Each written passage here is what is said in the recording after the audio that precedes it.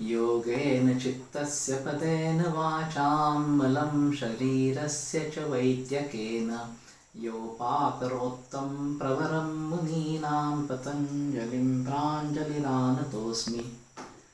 Today I am going to talk on psychology behind eating. The title is strange, but as we go ahead, we'll understand. There are varieties of reasons, psychological reasons, behind eating. Out of hunger, liking, pastime, depression and frustration, eating out of fun, forceful eating, dieting. So we'll consider one by one each factor. Eating out of hunger is a natural phenomena and is most ideal. So this is immediate response to the needs of the body, mind and the senses. This is ideal and most natural. One should differentiate between real hunger and false one.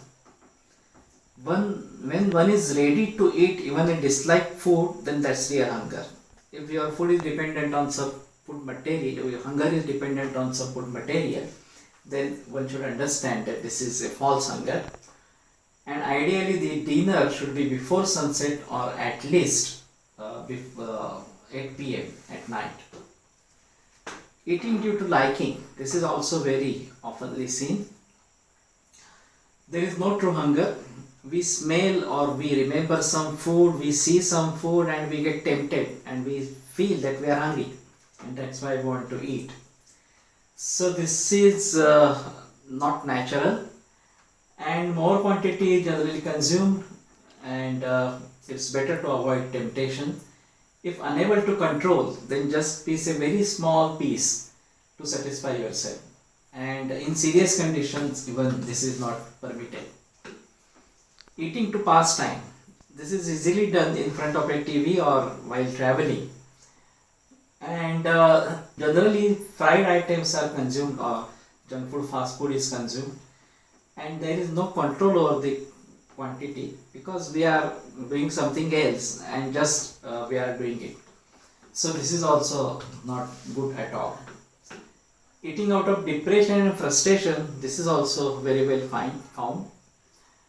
Truly speaking, one wants to keep mind engaged in something and eating is a favorable process for that or easy process for that. So people keep on eating junk food, fast food in these conditions and that leads to indigestion and many metabolic disorders. And in this situation it is better to find solution, proper solution for depression and frustration and remain away from eating. Eating out of fun, this is also seen. No doubt food is enjoyable, not to the extent of fun. This is rather a serious matter to be taken with a pleasant mind. So they give the example of sacrifice, which is a very holy process. So like that we should treat our food. Occasionally enjoying food in a company is tolerable to a certain extent, but one may not get habituated to that. Then there are varieties of forceful eatings. Mothers, grandmothers, concerned about the health of their children and even in adult age, they keep on forcing for more quantity and heavy food items very often to be eaten or something like that. Kids do refuse overeating, but teenagers can be forced to eat.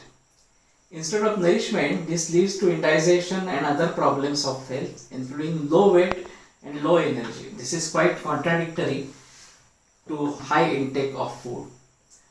Another kind of forceful eating is both parents are engaged in career and money making. There is nobody to look after the children. And then they want to pamper children with sweets or junk food, fast food, etc. And then children get habituated and addicted to ready to eat junk foods. And then it is very difficult to relieve them from that addiction. Yet another kind of forceful eating is many people are on drugs like anti-diabetic, analgesic or antihypertensive, etc. for a prolonged period. And then if they take the pill empty stomach, then it irritates and there can be a burning in the stomach. So they are always advised to have it after food, and when there is no food, they just want to eat to take that tablet or injection or something like that. In this scenario, I generally ask them to wait till they really feel hungry and then have food and then take the medicine. A large population in childhood is prone to obesity or already obese, particularly in Western countries. They try to follow different diet patterns to reduce obesity, and this is like a changing fashion.